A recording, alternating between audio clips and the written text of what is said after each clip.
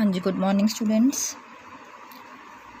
आज बेटा हम शुरू करेंगे अपना जो नेक्स्ट हमारा ग्रुप है वो है सीलिएटा। सीलिएटा को हम सीलिएटेड प्रोटोजोन्स भी बोलते हैं। प्रोटोजोआ का ये थर्ड ग्रुप है सीलिएटा। ठीक है, कल हमने डायग्राम्स किए थे ना, आपने कहाँ तक किए थे? सार्कोडीना तक किए थे। सार्कोडीना, ज़ूफ्लैजिलेट्स ये आपने कर लिए थे। आज हमने करना है ये थर्ड ग्रुप। उसके बाद हमारा रह जाएगा स्पोरोजोआ, और जो ही हमारा प्रोटोजोआ वाला ग्रुप है ये कंप्लीट हो जाएगा। तो सीलिएटा क्या होते हैं? जो प्रोटोजोन्स हैं उसका सबसे एडवांस ग्रुप है प्रोटोजोन्स का सीलिएटा।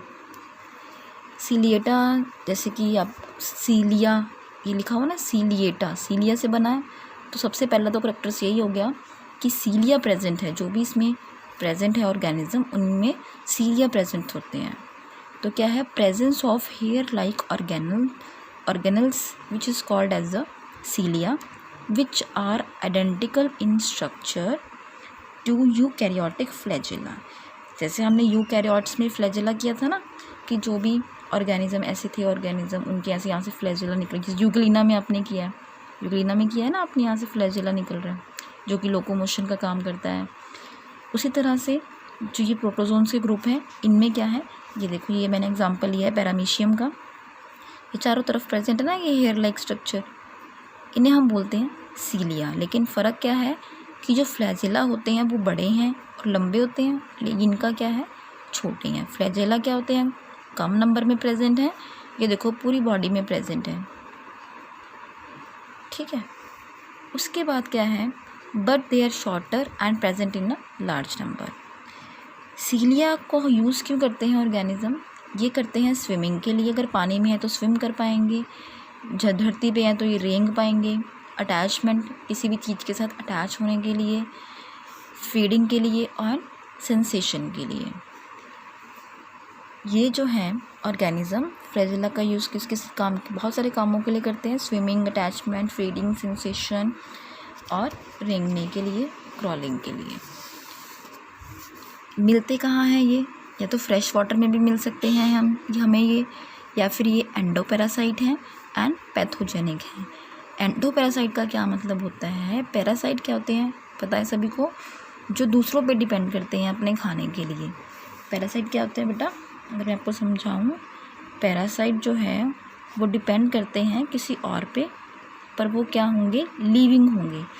कुछ तो ऐसे होते हैं ना जो डेड ऑर्गेनिजम्स पे डिपेंड करते हैं, लेकिन जो ये पैरासाइट हैं ये लिविंग ऑर्गेनिज्म पे डिपेंड करते हैं। पैरासाइट होते हैं दो तरह के, एक होते हैं एक्टोपैरासाइट और एक होते हैं एंडोपैरासाइट। एंडोपैरासाइट जो होते हैं वो बॉडी के बाहर होते हैं, आउटर ऑफ द बॉडी। जो एक्टोपैरासाइट हैं वो होते हैं inner side of the body. अब ये पैरामीशियम क्या है, एंडोपैरासाइट है। एंडोपैरासाइट का एग्जांपल हम और भी ले सकते हैं, जैसे कि मैंने आपको एग्जांपल दिया था ना कि जुएँ पड़ जाती हैं बॉडी के बाहर, वो शरीर के बाहर ही होती है ना, सर के ऊपर होती हैं। और उसी तरह से जो हमारे एस्कैरीज हैं या टेप वॉर्म है, पेट में कीड़े पड़ना, वो पेट के अंदर होते हैं, हमें दिखते तो नहीं है ना। तो ये है huge difference between the ecto and endo. दोनों ही लिविंग के ऊपर डिपेंड करते हैं, पर एक अंदर है और एक बाहर है। तो ये भी क्या है, अंदर वाली साइड है, पैथोजेनिक है। दैट मीन्स ये जो है, जो होस्ट होगा, होस्ट मतलब जिसके अंदर ये रह रहा है, उसके लिए उसे हार्मलेस नहीं होगा, मतलब ये उसे हार्म पहुँचाए, हम कह सकते हैं हार्मफुल होगा। ये क्या होगा, हार्मफुल होगा। सिंपल लैंग्वेज में अगर हम बोलें, ये होगा हार्मफुल फॉर द होस्ट। फिर आता है हेटेरोट्रॉफिक एंड होलोजोइक। ये इन दोनों का क्या मतलब है? ये है न्यूट्रिशन है कि मतलब अपना खाना किस तरह से लेते हैं पैरामीशियम। हेटेरोट्रॉफिक का मतलब होता है, एक होता है ऑटोट्रॉफ, एक होते हैं हेटेरोट्रॉफ्स। जैसे अगर पहले आपने 10th में किया होगा ना कि स्वपोषी और परपोषी। हेटेरोट्रॉफ्स क्या होते हैं? परपोषी होते हैं, मतलब अपने खाने के लिए ये अपना खाना खुद नहीं बना सकते, अपने खाने के लिए किसी और के ऊपर डिपेंड करते हैं। और होलोजोइक क्या होते हैं? होलो का मतलब होता है होल, ठीक है, मतलब पूरा। जोइक मीन्स एनिमल्स। तो हम अगर समझें, जैसे हमने अमीबा का एग्जांपल कल किया था कि ये अमीबा है, और इसके ये सूडोपोडिया हैं। इसे मान लो ये कोई खाना में ना फूड पार्टिकल्स मिले, ये सूडोपोडिया की हेल्प से आगे जाएगा और पूरे खाने को ऐसे अपने अंदर ले लेगा। तो होल ले लिया ना, इसने पूरे खाने को डायरेक्टली इंजेस्ट कर लिया, तो ये होगी holozoic type of nutrition. Paramecium भी बेटा ऐसा ही करता है, पर पैरामीशियम में एक ह्यूज डिफरेंस है, वो मैं अभी आपको बताऊंगी। एसेक्सुअल और सेक्सुअल रिप्रोडक्शन दोनों तरह की होती है। इसके अंदर न्यूक्लियर डायमॉर्फिज्म है। न्यूक्लियर डायमॉर्फिज्म का क्या मतलब है कि जो न्यूक्लियस है, दो न्यूक्लियस प्रेजेंट हैं, एक ये छोटा न्यूक्लियस प्रेजेंट है और एक ये बड़ा न्यूक्लियस प्रेजेंट है। जो कि बड़ा न्यूक्लियस प्रेजेंट है इसे हम बोलते हैं मेगा न्यूक्लियस, और जो छोटा है इसे हम बोलते हैं माइक्रो न्यूक्लियस। ठीक है।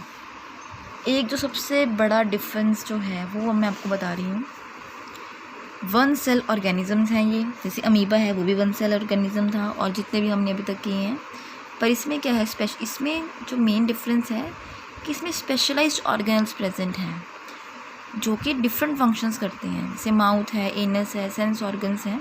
फॉर एग्जांपल, जैसे अगर हमने अमीबा का आपने कल डायग्राम बनाया, अमीबा में आपने देखा ना कि यहाँ पे न्यूक्लियस है, ये एक्टोप्लाज्म है, एंडोप्लाज्म है, सूडोपोडिया है। मतलब एक पूरा सेल जो है सारे काम खुद ही कर रहा है, उसमें कोई स्पेशल, जैसे हमारे अंदर है किडनी है ना, हार्ट है, अलग अलग सांस लेने के लिए अलग फंक्शन करने के लिए सिस्टम है। जितने भी फंक्शन है अलग अलग सिस्टम से होते हैं हमारी बॉडी के, क्योंकि हम जो है मल्टी सेलुलर हैं, हम सिंगल सेल नहीं है। हमारे अंदर बहुत सारे सेल हैं, उससे हम बने हैं। शुरू में तो सिंगल सेल ही होता है, लेकिन आगे डिवीज़न होती रहती है। उसी तरह से अमीबा क्या है, एक सिंगल सेल है, मतलब एक ही सेल के अंदर सब कुछ हो रहा है। पैरामीशियम क्या है, पैरामीशियम भी सिंगल सेल है, लेकिन इस सिंगल सेल के अंदर कुछ स्पेशल जो है स्पेशल ऑर्गेनल्स होते हैं, और कुछ मतलब स्पेशल स्ट्रक्चर्स प्रेजेंट होते हैं। जैसे एनस प्रेजेंट है, कुछ एक सेल के अंदर कुछ जो हिस्सा है वो एनस का बन गया। ठीक है। उसी तरह से फूड वैक्यूल बन गया, खाना खाने के लिए ये माउथ बन गया। ऐसे डिफरेंट जो फंक्शंस करने के लिए एक ही सेल के अंदर डिफरेंट ऑर्गेनल्स प्रेजेंट हैं। ये बेसिक स्ट्रक्चर नहीं, ये ऑर्गेनल्स हैं जो प्रेजेंट हैं। ठीक है, एक सेल के अंदर। ये जो है बेटा डिफरेंस है अमीबा और पैरामीशियम में। एग्जाम्पल आपने पैरामीशियम का ही करना है और डायग्राम भी आपने पैरामीशियम का ही बनाना है। आई होप सभी को क्लियर होगा। फिर भी किसी को कोई चीज़ समझ नहीं आई तो प्लीज़ मुझसे पूछ लिया करो। काम अपना पेंडिंग मत किया करो बेटा, रोज़ का काम रोज़ ही करो। That is all about today. कल जो है हम अपनी लास्ट टाइप है स्पोरोजोइक वो फिनिश करेंगे।